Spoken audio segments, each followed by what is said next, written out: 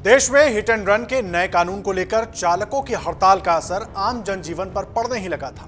इसके अलावा देश में दो बड़े आयोजन भी थे। एक 22 जनवरी को अयोध्या में राम मंदिर में प्राण प्रतिष्ठा समारोह और दूसरा देश भर में आयोजित होने वाले गणतंत्र दिवस कार्यक्रम। केंद्र सरकार में उच्च सूत्रों ने बताया कि इस मामले में एक खुफिया अलर्ट भी मिला था।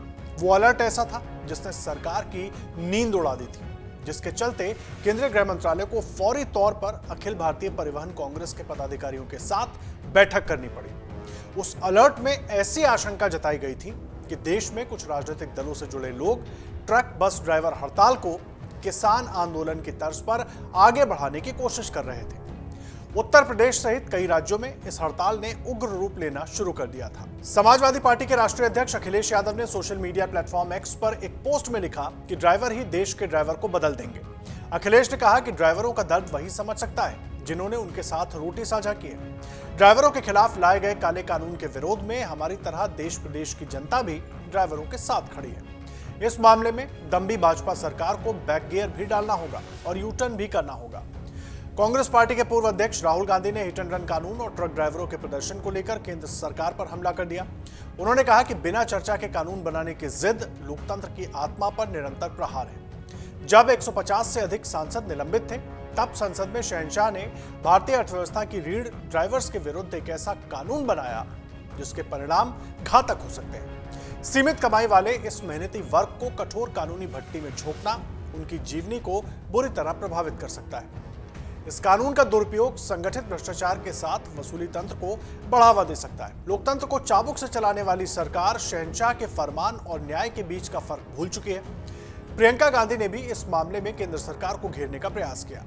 देखिए, सूत्रों से मिली जानकारी के मुताबिक सोमवार को ट्रक ड्राइवर हड़ताल के दौरान खुफिया अलर्ट मिला था कि कुछ राजनीतिक दल इस हड़ताल को बिल्कुल किसान आंदोलन की तरह आगे बढ़ाना चाहते थे।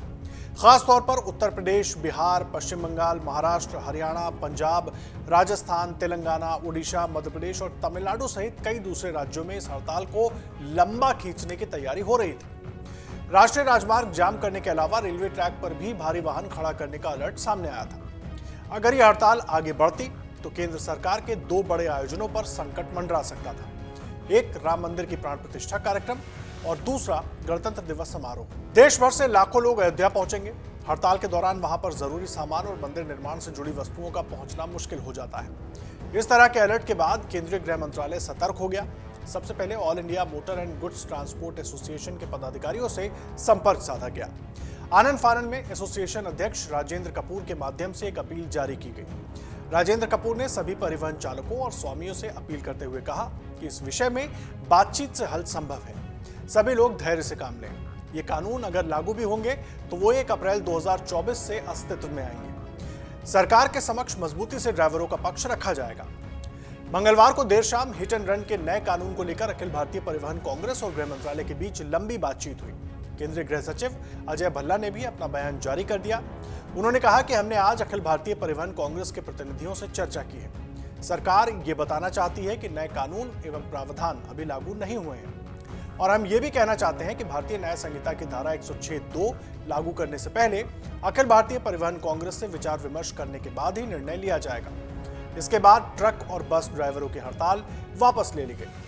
नए कानून के मुताबिक अगर हिट एंड रन से किसी व्यक्ति की मौत हो जाती है और आरोपी ड्राइवर पुलिस को बिना सूचित किए मौके से फरार हो जाता है तो उसे 10 साल की जेल तक की सजा हो सकती है। 7 लाख रुपए के जुर्माने का भी प्रावधान है।